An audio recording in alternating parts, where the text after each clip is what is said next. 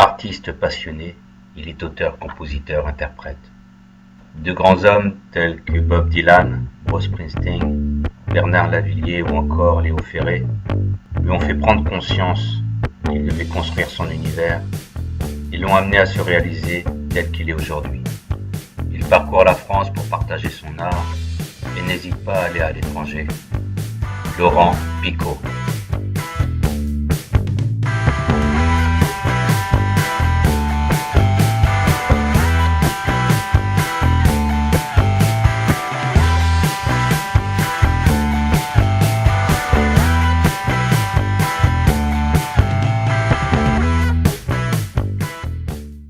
Peinture de guerre gravée dans la chair,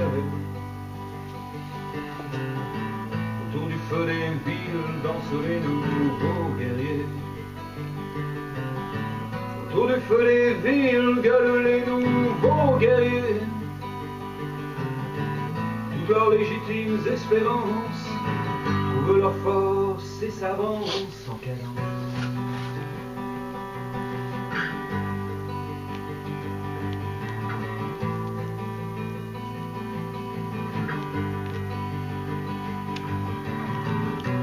Pas pour une vie, pour un coin de paradis. Un genou à terre ou un bras en l'air. Tous ces slogans qui s'affinent dans les meetings à la pointe fine. Attention à ces gestes, à ces images qui restent. Attention à ces mots, au sens qui nous font défaut, propulsés sur nos écrans, comme des symboles du temps, de notre temps.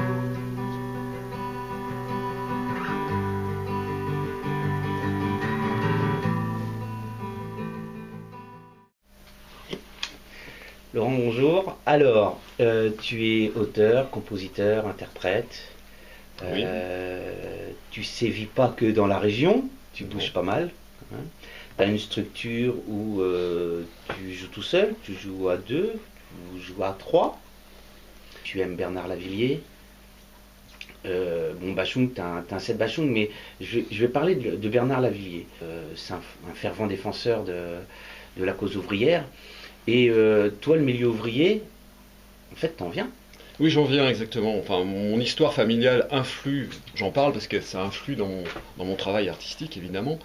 Je suis issu d'une famille d'immigrés italiens qui est arrivé, qui a fui le fascisme et qui est arrivé en France, à côté de Caen, à Mondeville, qui a travaillé à la SMN. Là, je fais court, voilà. Et moi, je viens de ce milieu-là, quoi, effectivement. Et ça, j'oublie jamais mes origines, ça influe dans ce que j'écris, évidemment. Et puis pour en revenir à Bernard Lavilliers, évidemment Bernard Lavilliers, moi quand j'étais adolescent, c'est le premier concert que j'ai vu, c'est Bernard Lavilliers au théâtre d'Alençon. Et j'avais l'impression qu'il me parlait, parce qu'il parlait de ce milieu-là, quoi. Et franchement, ça m'a scotché, et ça m'a donné envie aussi, c'est parmi les choses qui m'ont donné envie d'écrire et de faire des chansons. Puisque au départ, moi je fais de la musique parce que je suis autodidacte, déjà, ça c'est une première chose, autodidacte.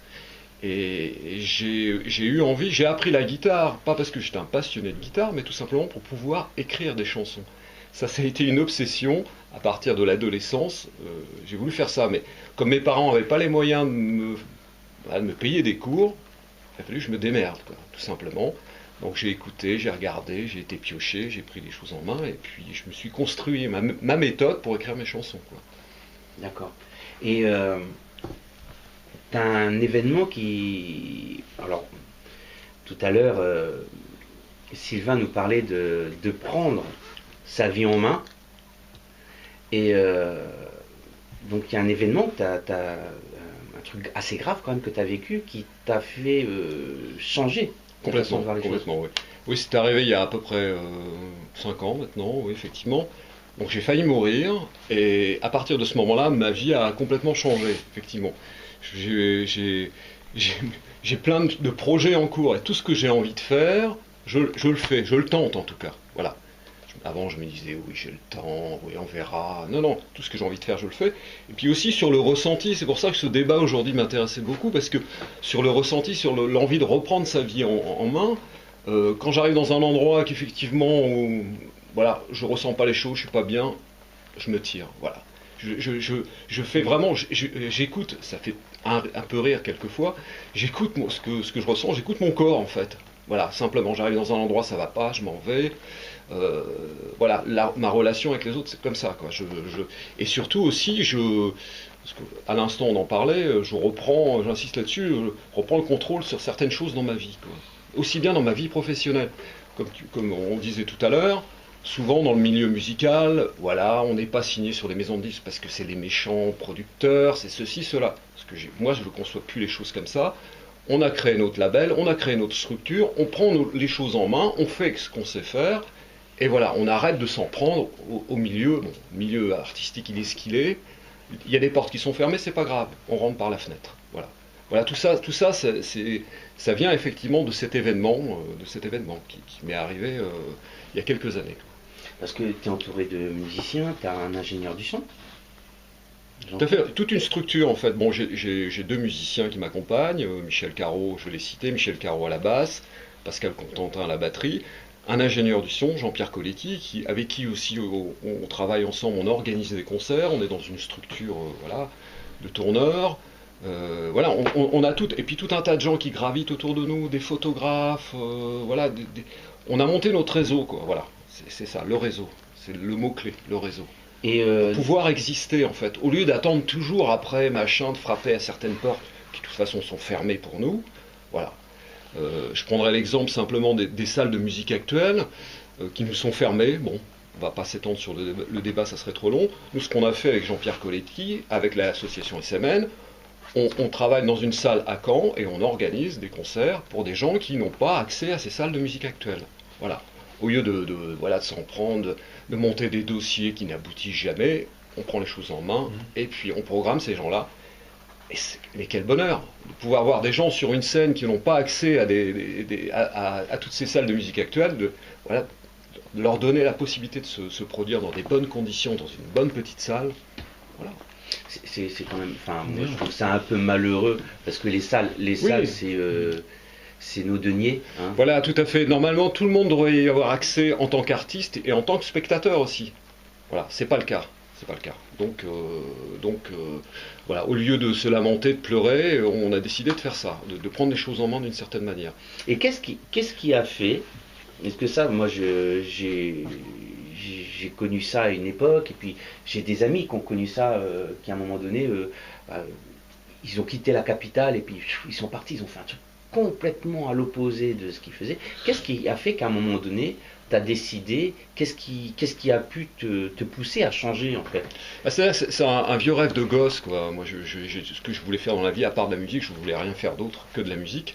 Et il est arrivé des événements dans ma vie qui ont fait que je me suis dit, c'est le moment de basculer, c'est le moment d'y aller, quoi. Effectivement, c'est le moment de tenter. Alors effectivement, il y avait des risques autour de moi. Les gens qui étaient apeurés, ils m'ont dit, mais c'est complètement dingue ce que tu vas faire, tu sais pas où tu vas, Tant pis, je l'ai fait, j'ai pris ma vie en main, voilà, envers et contre tout, et puis voilà, ça rejoint complètement ça, et puis avec les risques, alors après j'étais obligé aussi de changer des choses dans ma vie, des choses que j'ai mis de côté. Avant j'avais une moto, de bagnole, machin, tout ça, effectivement, voilà, j'ai plus tout ça, j'ai fait des choix, pour pouvoir être bien, parce que je suis bien, pour me dire le matin je me lève, génial, je vais pouvoir faire ça, ça, ça et ça, pour être bien tout simplement, quoi. Pour réaliser un rêve de gosse, quoi. Un rêve de gosse. Simplement, nous on a trouvé notre solution, puisqu'on arrive à fonctionner comme ça, même si des fois c'est difficile, évidemment c'est toujours difficile. C'est difficile, mais tu vas jouer où? Moi j'ai eu la chance de pouvoir aller jouer à l'étranger, au Japon, en Russie, effectivement, grâce à ce réseau, grâce à des gens que j'ai autour de moi, notamment, quoi. Voilà, donc c'est des belles expériences. On peut arriver à... Voilà, parce que nous on est en bas, on n'a pas accès aux médias, les portes, il y a plein de portes qui nous sont fermées, les salles de musique actuelles, mais ça franchement c'est lamentable, quoi, lamentable. Pour nous et d'autres, hein, moi j'ai plein d'artistes que je connais qui sont de qualité, qui peuvent pas, non, pour des raisons de mode, enfin, des choses De sécurité peut-être. de conneries. Ah d'accord. Et si, et si tu avais à définir ton univers? Alors, si j'avais à définir, bah justement, moi je suis, ça c'est pareil, ça n'a pas toujours été facile, je suis entre la chanson et le rock. C'est-à-dire que pour moi, le texte et la musique sont... D'abord, je chante en français, ça a toujours été. Je ne conçois pas de chanter en anglais parce que j'ai pas assez de maîtrise sur la langue anglaise. Je ne peux pas m'exprimer assez dans cette langue-là, j'ai pas les moyens de le faire. Donc je suis entre la chanson et le rock. Alors bon, moi, comme il faut toujours se définir, je dis je fais de la chanson rock, quoi, d'une certaine manière, quoi. Voilà. Alors, pour les gens du milieu de la chanson, c'est trop rock. Pour les gens du milieu du rock, c'est pas assez rock. Voilà, quand on est entre deux comme ça, bon, c'est pas toujours facile, mais...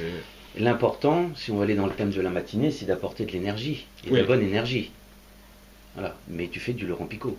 Oui, j'essaie. Alors, je fais en fait, je fais ce que j'ai envie de faire, sans concession au mode ni rien. Après, je cherche pas forcément. Enfin, je cherche rien, pas l'originalité ni la mode. Ce que je fais, je le fais naturellement, quoi, comme ça, sans Sa propre identité. voilà, propre identité. J'essaie d'être moi-même dans ce que je fais. Très important. Ouais, sans concession, sans rien. Je fais avec. Alors, on peut aimer ou pas aimer, mais en tout cas, ce que je fais, je le fais. J'essaie de le faire le plus sincèrement possible, quoi. Vraiment, sans calcul. De toute façon, je ne pense pas, moi, qu'on puisse aimer sur un artiste qui sort un album ou qui sort un livre. Qui soit une piètre copie de quelqu'un d'autre, quoi. Non, non, mais qu'on puisse tout aimer de l'artiste, en fait. Ah oui, d'accord. Ouais, Ok. Ah oui. On peut très bien Oui, une chanson qui peut nous interpeller ou dans un album avoir une chanson qui on n'adhère pas du tout, comme un écrivain avec des livres. Mais le truc, en fait, le truc qui est un peu souvent, quand on fait des concerts, bah, les gens viennent et ils comparent à ce qu'ils écoutent. C'est-à-dire qu'ils nous rapprochent toujours, et rapprochent toujours les artistes, bah tiens, ça ressemble à ça, ça ressemble à ça, ça ressemble à ça, quoi. Souvent, c'est ça. Et bah, évidemment, forcément, on est un peu, quand on est musicien, quand on est auteur, compositeur, interprète, on est un peu traversé par des influences, même inconsciemment.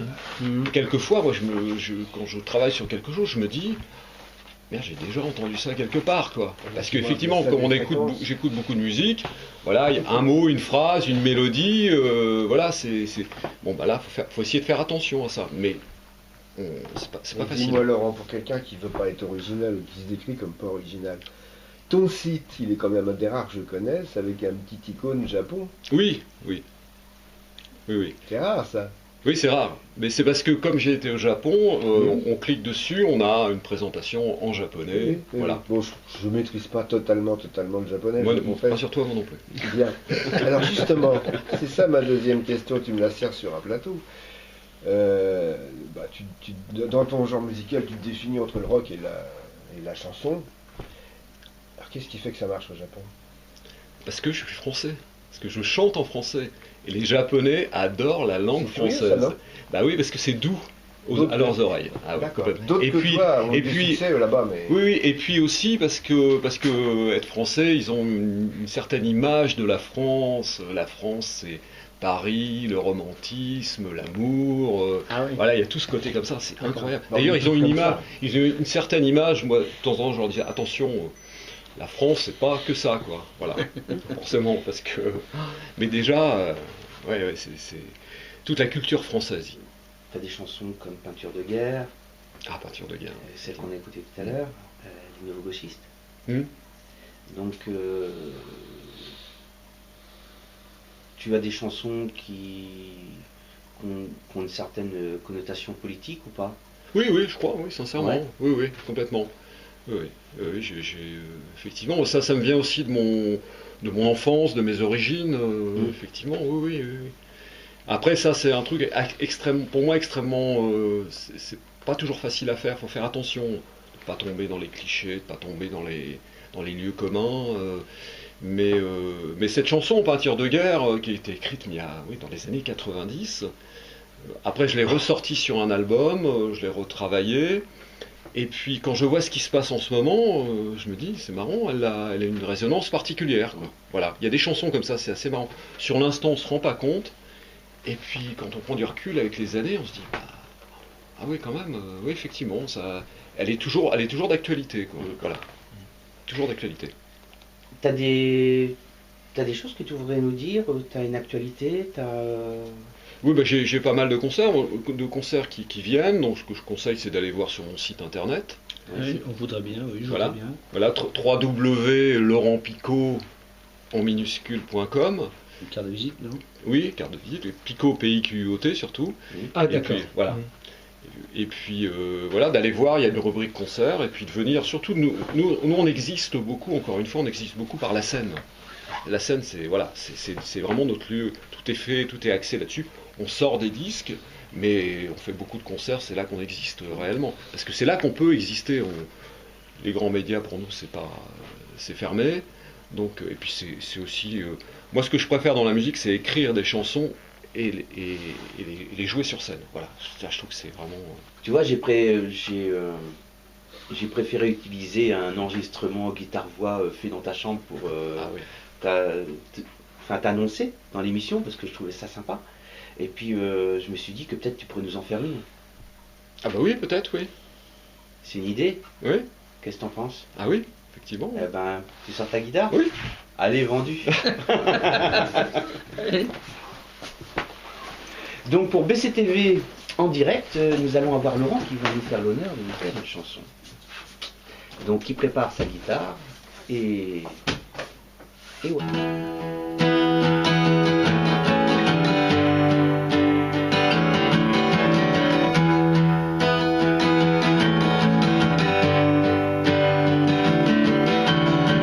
Sur mes paupières se colle la poussière. Sous mes pieds tremble la terre. Oh, tremble la terre.